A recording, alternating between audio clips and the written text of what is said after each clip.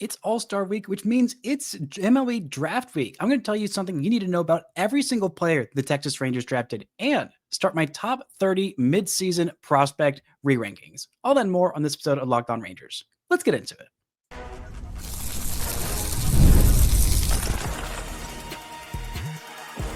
You are Locked On Rangers, your daily Texas Rangers podcast, part of the Locked On Podcast Network, your team every day. You are locked onto the Texas Rangers, the first and best daily Rangers podcast. I'm Bryce Paddock, a cripplingly addicted Texas Rangers fan, covered this team for 12 seasons, including all 7 as the founder and host of this podcast. Thank you all so much for making Locked On Rangers your first listen every single day. If you're not already, you can follow me on Twitter at Bryce Paddock. You can follow the show at Locked On Rangers. Hit subscribe on your favorite podcasting platform and on YouTube, where the best way you can help grow the show is to comment nearly any single thing below. Now, on today's show, I'm talking about every single player the Texas Rangers drafted in the 20 rounds of the MLB Draft. I'm going to talk about my top 30 Rangers prospects, but just the first third of those 21 through 30. And I think that's about all we'll have time to get to today. Before getting into all of that, this episode is brought to you by Monarch Money. Take control of your finances with Monarch Money. Use code LOCKEDONMLB at monarchmoney.com for 50% off your first year. Now, the Rangers had a draft. They drafted 20 whole baseball players. There were a lot of them. Some of them will be pretty good. Some of them won't be pretty good. And we don't exactly know all of that right now. I talked a lot about the Rangers' day one draftees, the first 3 rounds of their selections on yesterday's show. Gavin Feen, who the Rangers drafted 12th overall, a high schooler out of California, a right-handed pitcher, AJ Russell out of the University of Tennessee in the second round. The third round pick, the two-way player, Josh Owens out of Tennessee High School, a high school in Tennessee, shortstop / outfielder / right-handed pitcher. But I'm going to talk about the day 2 selections. There are 17 of these bad boys. So there's not a whole lot I can get into in depth, especially when I've got 10 prospects to talk about. But I'm going to give you at least one little bit of newsy, nuggety nonsense to know about every single player the Texas Rangers drafted. So buckle in. This is going to be a whirlwind of an episode. Let's start with the first pick of the second day, the 4th round pick, right-handed pitcher Mason McConaughey, right-handed pitcher out of Nebraska. Make your Matthew McConaughey jokes here. It's all right. It would have been funnier if he went to Texas. That would have been just an absolute slam dunk. But this was a preseason All-American, has a fastball sits in the lower 90s, also a nasty slider and changeup. He was a preseason All-American, not a regular season All-American, because he had Tommy John surgery. He is recovering from that. You may notice a trend in these first 2 picks. Also, AJ Russell, the Rangers' 2nd round pick. Just see if you can notice the trend. Very subtle here with 2 of the 3 of the top 5 Rangers draft picks. He's a guy who the Rangers are rehabbing. They feel pretty good about that process. The 5th round pick, 2nd pick of day 2, Ben Abelt, left-handed pitcher out of TCU. He is was a preseason All-American at TCU. He had Tommy John surgery in February. He's got a very, very high floor. He is a converted reliever. He was a reliever his first year at TCU and then made the switch to a midweek starter. Has a pretty high floor because even if he ends up back in the bullpen, he's done that before, and he is just a guy who has, pretty solid velocity. It's tough to come back from a Tommy John surgery, but 3 of the Rangers' first 5 draft picks were college pitchers who had Tommy John surgery. Now, the Rangers team Dr. Keith Meister is the preeminent elbow surgeon in the country when it comes to Tommy John's internal braces, things like that. That internal brace procedure, the kind of modified shortened Tommy John surgery, that's Dr. Keith Meister's. He perfected that. The shorter recovery time of 10 to 12 months as opposed to 12 to 16 months.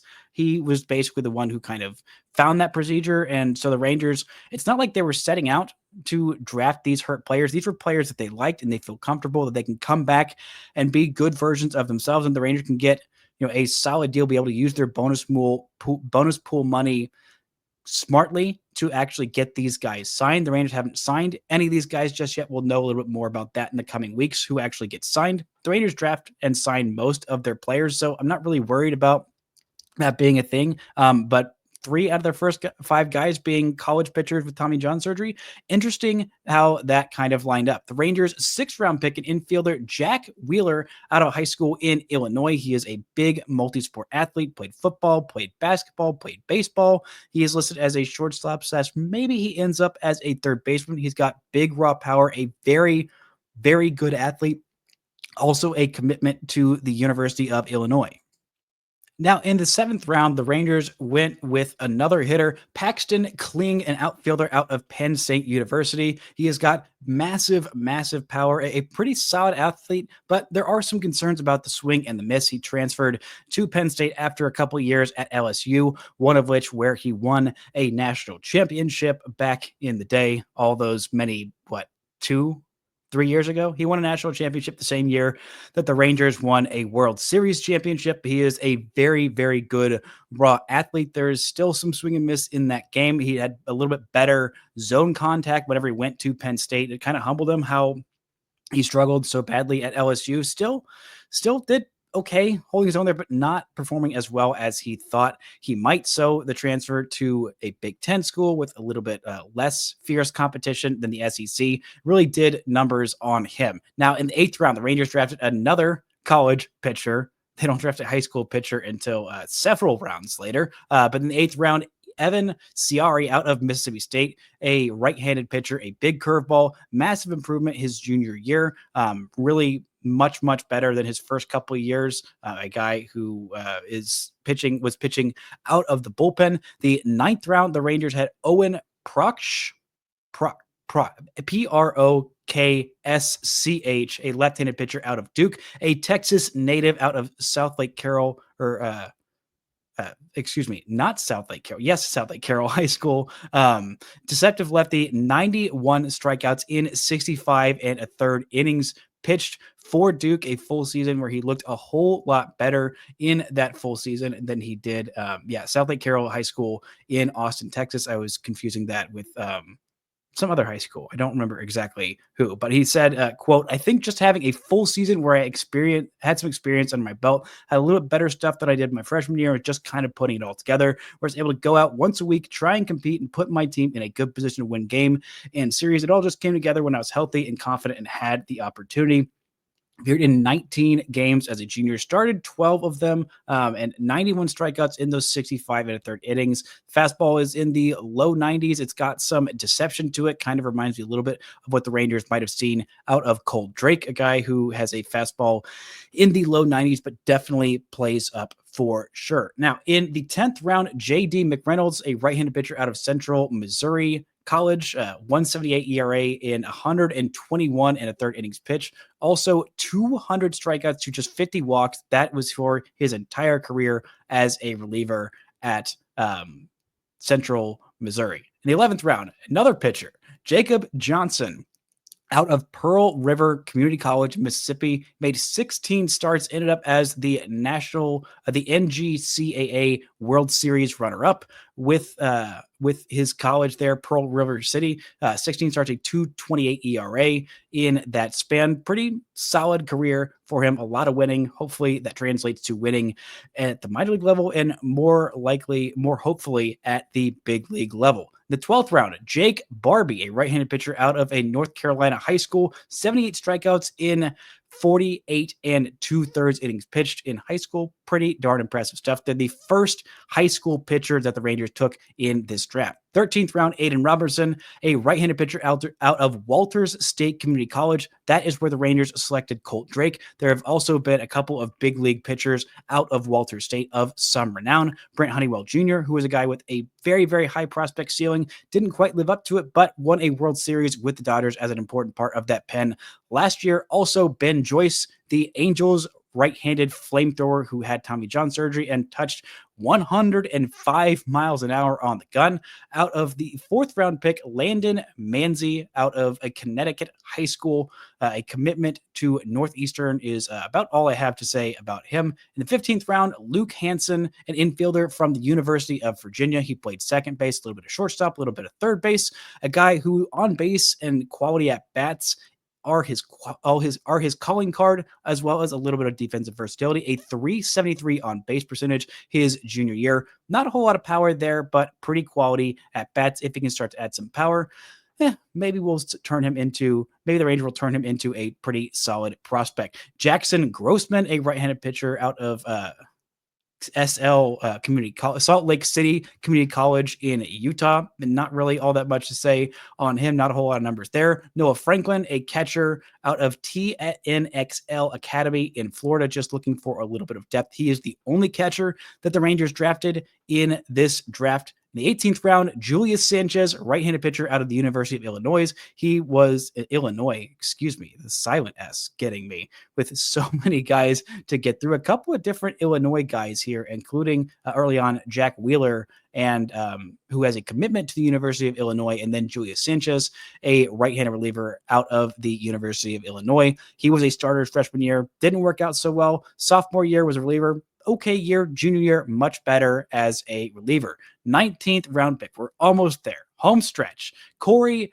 Geinzer, a right-handed pitcher out of the College of Central Florida, who had 44 strikeouts in 34 innings pitched as a reliever this year. And then the final pick, the 20th round selection, Jay McQueen, an outfielder from Brandon High School in Mississippi. He is a University of South Alabama commit. He had a 435 average, was ranked as the number 5 outfield prospect in the state of Mississippi. Ka-chow. We did it. We made it. Something you know about every single Rangers draft pick. And coming up, we got even more prospect talk on this one, talking about my top 30 Rangers prospects. And the first 10 are some guys you probably have not heard of. Talk about all that and more right after this. This show is brought to you by Monarch Money. Ever wish managing your money felt easier? With Monarch Money, it can be.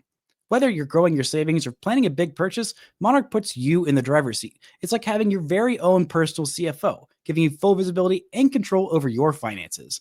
Monarch Money is so much more than just a budgeting app. It is a complete financial command center. You can track all your accounts, investments, and spending in one place. So in addition to managing your money, you're also building wealth. When I started using Monarch, I realized just how much I was spending on food delivery. I was just like, oh my gosh, thank you, Monarch, for letting me see what that is. And I amended my budget, and I'm spending so much wiser now. So take control of your finances with Monarch Money. Use code LOCKEDONMLB at monarchmoney.com for 50% off your first year. That's monarchmoney.com, code LOCKEDONMLB for half off your first year.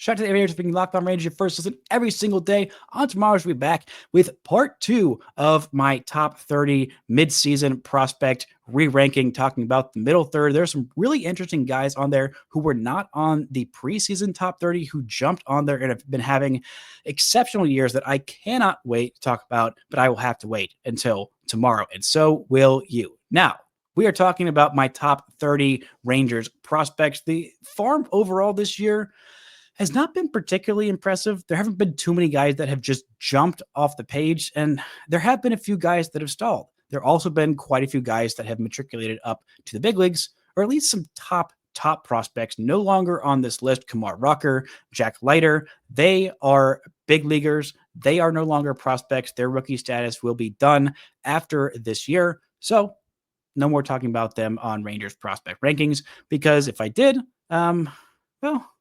I would have a weird time figuring out where to put both of those guys after some hit and miss years. Now, let's talk about these top 30 prospects. Let's start with number 30, Colton Curtis, a right-handed pitcher who is 21 years old. He is playing with the Hub City Spartan Burgers, Spartan burgering it up. He was a Rangers draft pick, unsigned draftee, in 2022. He is very wild, but he has a very, very, very nasty changeup. He is still figuring out the whole throwing strikes thing. If he figures that out, it is going to be really hard for opposing hitters to do much of anything with him. He has got a curveball that is also really nasty. The fastball, It's still not playing up all that much. It's still in the low 90s. It touches all the way up to, I believe, 96. He's listed at 6'4", 170 pounds. So still a stringy kid. There is some room to add on some weight. He's still 21 years old, but he had a lot of success last year, his first full pro season in Down East, in the low A Down East Wood Ducks. RIP to the Down East Wood Ducks. He had a 2.85 ERA in 82 innings. He did have 42 walks, so averaging a walk basically every other inning, but 80 strikeouts in those 82 innings. This year, the strikeouts per nine have gone up drastically. So has the ERA, a 5.77 ERA. He's walked 25 in 39 innings. So not what you're looking for at all, but still, he is a little bit younger than the league average. The Rangers are still going to be very, very slow with his development. He's still pretty raw. And if he starts adding on, that muscle, adding on that velocity, then, with that changeup, with the fastball playing even higher, we saw that a little bit with not Cole Drake. I'm thinking of Cole Winn. Gosh, so many different Coles in this Ranger system. But when you start to add some velocity on that fastball, if you already got a good changeup, it's gonna play a whole lot better. Does have 39 innings and 44 strikeouts this year, but an ERA of 5.77, not exactly what he was hoping for. Still very young, still very raw. There's still some promise there for sure. The Rangers' 29th prospect on my list is Mason Molina, a former Texas Tech great. Was a guy who was looking like he might be a first-round pick, but he battled a little bit of ankle injuries and a little bit of command issues. He ended up at Arkansas, where the Rangers ended up trading for him last year, or this year, I believe, in the Grant Anderson trade. He's got a really nasty changeup. The fastball is in the low 90s. He is 22 years old, also pitching for those Hub City Spartan Burgers and doing okay, not crushing it as of late, but a 3.92 ERA so far this year in 15 starts, 62 innings, 77 strikeouts, just 26 walks. Has a little bit of a problem with the home run ball, not too much. 6 homers in 62 innings is not, particularly tough, but he's spent time in Hickory as well as Hub City. It's been a little bit tougher of a go in Hub City so far for him. He's not going particularly deep into games. Again, like I said, 15 starts and 62 innings. That's about 4 innings per start, but the Rangers still have some hope in him. He's got a changeup that's pretty nasty and a curveball slash slider that are both, decent pitches, but a lot of that is the fastball and the changeup combination. Whereas if you're a lefty, if you've got a good changeup, you can go some pretty impressive places with just that changeup. The number 28 prospect in my list is Skylar Hales, a Rangers right-handed pitcher drafted in 2023 in the 4th round.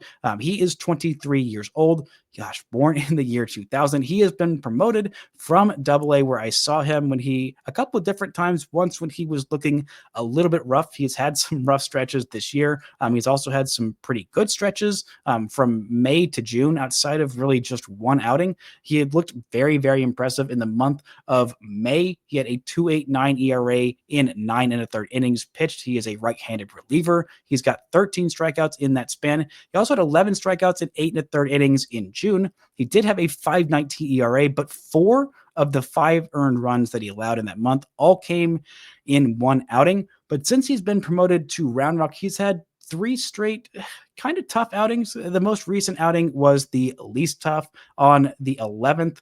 That is where he went 2 innings pitched, just 1 earned run allowed there. But the first couple innings, he allowed 3 runs in each of those. Not exactly ideal. He has got a fastball that has got incredible shape on it. It sits in the mid-90s, touches all the way up to 100 miles an hour. The slider has made a little bit of progress so far this year. He has also got, I believe, a splitter as that third pitch to kind of just keep hitters on it. He doesn't really need to use it all that much. A curveball, excuse me, not a splitter, a curveball, which is more just a kind of show me pitch at this point, not anything that's too particularly advanced. He is going to live off of that fastball slider combo. The fastball is already pretty good, but if he can get that slider up to par, maybe not even a plus pitch, but just an above average pitch to kind of get hitters off of that fastball. And if the curveball can be even fringe average, which it's not really at this point, that could be a really darn nasty reliever in a big league pen. Maybe not this year, but I wouldn't be surprised if early next year he is knocking on that door. I thought he might be knocking on the door at some point this year, but unless he starts figuring things out in a hurry in AAA and this Rangers team ends up selling some relievers at the deadline, I don't think that we are going to see Skylar Hales make his big league debut this year. I could be wrong, but I just don't envision it. The number 27 prospect on this Rangers top 30 at the midseason is Mark Church. Yes, 2 relievers already. I think these are the only 2 relievers, so that is a good sign. If you've got to put relief prospects on your top 30, they better be good and they better be close. Mark Church has been good at times this year. He has got just an incredibly nasty slider. He is 24 years old. He is in Round Rock, but also not in Round Rock. He has been dealing with elbow inflammation, been placed on the IL on June 24th. He has not pitched since. That is not exactly ideal because when he was pitching with Round Rock, it got a little ugly.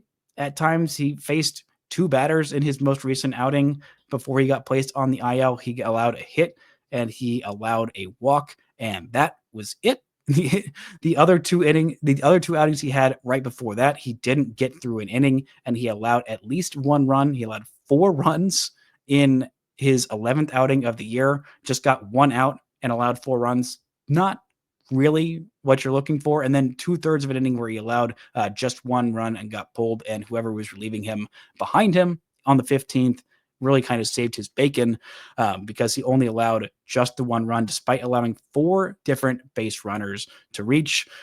We'll see what ends up becoming of this elbow inflammation. Definitely a scary thing to hear about any pitching prospect, especially a guy who just hasn't pitched all that much the last couple of years. He missed a lot of time last year. He's missed a decent chunk of time this year. And it's just, it's not exactly what you're looking for a guy who I thought was going to stick with this Rangers team on the big league club for the entirety of the season. That has not been the case. Last guy on this list is Paul Bonzagani, a Rangers draft pick in 2023, the Rangers 12th round draft pick in 2023. He is a right-handed pitcher. He is 23 years old, pitching with the Hub City Spartanburgers.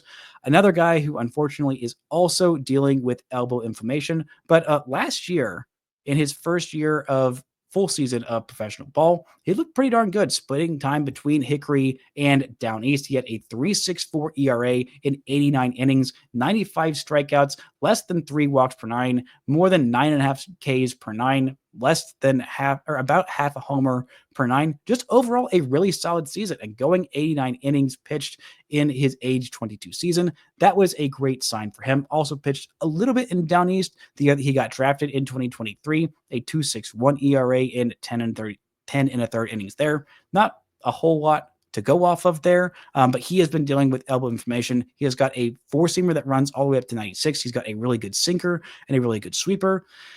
I'm hoping that we could see him again at some point this year, but having elbow inflammation since April, and it's now 3 months later, and we haven't heard anything else, I'm a little worried he's going to have to end up going under the knife and missing basically all of this year and next year. If he did have even internal brace surgery, he's probably going to miss at least the vast majority of next year. So I'm hoping we can get some positive updates there. Maybe we could see him pitch again at some point in the next month or so. Otherwise, I'm just a little bit concerned. Coming up, we got the next 5 prospects on this list, including a couple guys who you could go out there and see in Frisco. Talk about all that and more right after this.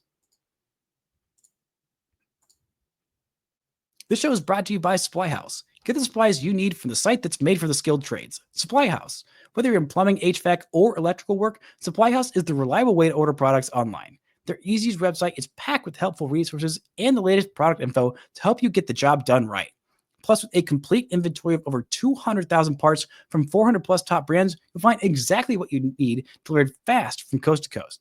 Need help with an order? Supply House offers expert support and industry-leading service, so you'll always talk to a real person. And for the trade pros looking for that extra edge, their free Trade Master program offers exclusive perks like a dedicated phone line, free shipping, and discounts on every order. Thousands of skilled professionals are already taking advantage, so now it's your turn. Join the Trade Master program today at supplyhouse.com/TM and start ordering plumbing, HVAC, and electrical supplies with just a few clicks. Plus, use promo code SH5 for 5% off your first order. That's supplyhouse.com. Shout out to the Rangers, making Locked On Rangers your first listen every single day. On Thursday's show, I'll be back and finishing out this series, talking about my top 10 Rangers prospects. Lots of exciting guys to talk about there, including some guys who have not been in the top 10 just yet. Now, let's get to the number 25 prospect in this Rangers system. That is catcher Ian Mahler. He is 22 years old. Mahler, the baller, has been kind of crushing it, low key, very kind of quietly this year in Frisco. He was a Rangers 4th round draft pick back in 2021 out of Wahlert Catholic High School in Dubuque, Iowa. He was a guy who just was mainly a defense first catcher, and you may look at his offensive profile and think, okay, you go look at his baseball reference page, you're like, okay, none of these numbers are really standing out. But the numbers that you need to be looking at are the fact that he's 22 years old. He's in Frisco. He's 2 years younger than the average player. He is a catcher. It takes a long time to get catchers up to speed, but he has been jumping up levels since he was drafted. In 15 games in the Arizona Complex League as his first bit of professional baseball, he had 3 home runs in that span, also had a 381 OBP and an 861 OPS. Now, he has not had an OPS north of 700 in any stage since then. That was 4 years ago. You may be thinking, okay, a catcher with a 678 OPS, what's the deal there? He is a catcher, a legitimately good defensive catcher. He's got good receiving skills. He's got good throwing skills. He's got good framing skills. He's got good skills working with pitchers. Catchers are very, very hard to develop. And if you have a catcher who does one thing well on offense, any home run, anything you get offensively from catchers is usually a bonus. Don't look at Kyle Raleigh. Cal Raleigh is the exception. There is no other Cal Raleigh. It is just him. If the Rangers could find a Cal Raleigh and develop one, that'd be great. But those guys are incredibly rare. Getting offense that's consistent from catchers is incredibly rare. So you look for a guy who's actually going to make it defensively as a catcher, and then you look for a guy with 1 or 2 offensive skills. The on base is definitely there. The walk rate has been very good this year, walking 20 times in 180 plate appearances. In his minor league career, he's got 1,193 plate appearances and a walk rate of, exactly 10%. 193 walks and 1,193 plate appearances. Actually, I think that is a much higher than that walk rate. It's around 20-ish percent, maybe 15 to 18. But that is a very, very strong walk rate. The strikeouts, they're a lot. He's also got more power this year that he's been tapping into. 4 homers in 46 games so far. That is a recipe for a top 25 prospect. The number 24 prospect on this list, Maxton Martin, an outfielder who is 20 years old in Hickory. He was another 2023 draft pick in the 11th round. He has got big power, a raw, toolsy kind of a prospect, a little bit of a high strikeout rate / chase rate as well, but he has been tapping into that power a whole lot more. This year, he is ranked as the number 30 prospect in the Rangers MLB pipeline top 30 prospect rankings. He has been, pretty solid this year, a 773 OPS in Hickory. He's got a 333 on base percentage. He's got 8 home runs this year, 6 triples, and 21 doubles. A lot of extra base hits for this kid who has been tapping in that power more than he did last year. He had 37 games last year. He only had 2 home runs. This year, through 79 games, he is at 8 home runs. So only 3 home runs in his career before this year, but that's only adding on 10 games for the first pro season where he had 1 home run in that span. If he can cut down the strikeouts and the chase just a little bit, he can keep that on base there and keep tapping into that power. This is a kid to look out for sure. Next guy on this list, maybe I even have him a little high. I had him a lot higher last year, but that is Abimelec Ortiz, who has been a little disappointing this year. The on base is at 334 this year. He is a first baseman in Frisco, an undrafted free agent signing from that class of 2020. He plays a little bit of outfield, not all that much. He's 23 years old, and this is bits of his 3rd season in a row in Frisco. I've seen him out there, and it's been fine. The strikeout rate is still pretty darn high. 81 strikeouts in 285 plate appearances. Not exactly ideal. I mean, he's got almost twice as many strikeouts as he has walks, and really still hasn't tapped into that power quite at the level that he did back in 2023 when he had 33 home runs that season. Last year he had 18. A lot of his damage was done after the break. The first half his numbers were not very good. Second half his numbers were exceptional. This year at the Major League All-Star break, 12 home runs to this point, 13 doubles, and a 334 OBP. That's better than last year, but the slugging percentage is down below 400. Really not what you're looking for a guy who is going to be a first baseman. I've seen him in the outfield. He can stand out there. He can make some okay plays out there. He just does not have the athleticism to go play even a left field spot. He is a guy who is very much carried by his power and by his offensive approach, and those haven't been great this year. But it's kind of a statement on the rest of this farm that he is the 23rd ranked prospect in the system, because not a whole lot of other guys have really jumped up and run away with anything. Next guy on this list, the 22nd ranked prospect in my top 30, Isaac Tiger, a guy who has pitched not at all this year, pitched a little bit last year, but he had internal brace surgery. He missed most of last season. He missed that season because he was dealing with elbow inflammation. He came back, pitched a little bit, but he ended up having internal brace surgery last year in September. So he is going to miss all of this season. He expected to be ready next year in spring training. He's a guy who is a 3-pitch pitcher, four-seam fastball, a splitter, and a slider, all of which might end up being plus pitches. He might end up in the pen because he touches all the way up to 100 miles an hour with that fastball. Those 3 pitches play very, very well off of each other. He spent time a shortened season back in 2020, and then he returned for a couple of years. He had 121 strikeouts his final season in college and 243 strikeouts for his college career. He is a guy who's got some pretty darn big upside, but after missing, kind of about a season and a half. I mean, last year he did pitch 46 innings in 2024, had a 2.93 ERA, split time between 3 different teams, a couple of starts in rookie ball, also spent time between Down East and Hickory. And Hickory got hit just a little bit harder, a 4.02 ERA, but a 2.41 ERA in just shy of 20 innings with 22 strikeouts in Down East that year. Overall, a decent season, but he's still pretty far away. And after missing a decent chunk of his first 2 years, the Rangers might end up putting him in a bullpen role where I think he could absolutely thrive and maybe just rocket up this system. Now, the number 21 prospect in my top 30 prospect rankings, the last guy I'm going to talk about today, that is Caden Scarborough, a right-handed pitcher who is 20 years old. He is pitching with the Hickory Crawdads this year, and in 14 starts, he's gone 54 innings, a 3.5 ERA.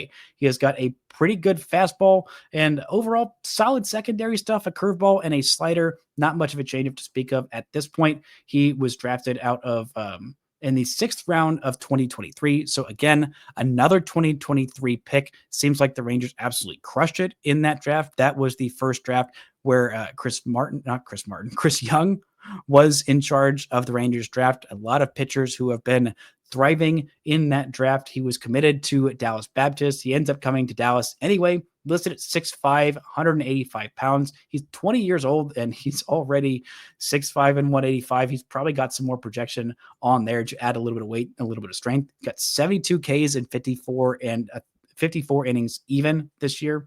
16 walks is a good walk rate, a good strikeout rate. We'll see if he ends up getting promoted this year from Hickory to High A with the Hub City Spartanburgers. But overall, a solid bit of work. Last year, only pitched 10 in the 3rd innings, had a near 7 ERA, about a walk per inning at that rate, and more than a strikeout per inning. Just a little bit rough in his first outing of pro ball. But again, it was only 6 games, so not a huge sample size there. And Hickory this year, he has been a lot less wild, had a lot more strikeouts, and a lot of success so far. Still a little bit raw, can touch all the way up to 96 with that fastball. But I'm betting that he is going to add a little bit more velocity on that fastball. Definitely a guy who is very, very projectable, a guy who I'm really excited about because of these pitchers. He is one of the few who is not hurt this year, at least at this point, knock on wood, knock on whatever, because again, there's no such thing as a pitcher that is free of any injuries. But overall, decent draft so far. We will see where these guys end up getting signed, where they end up getting assigned if they play this year. A decent look at the first third of my top 30 prospect rankings. That is what we'll be doing all week until Friday, where we're taking a look at the second half. That's going to do it for today's show. Thank you all so much for listening and subscribing. And until next time, don't forget to enjoy baseball.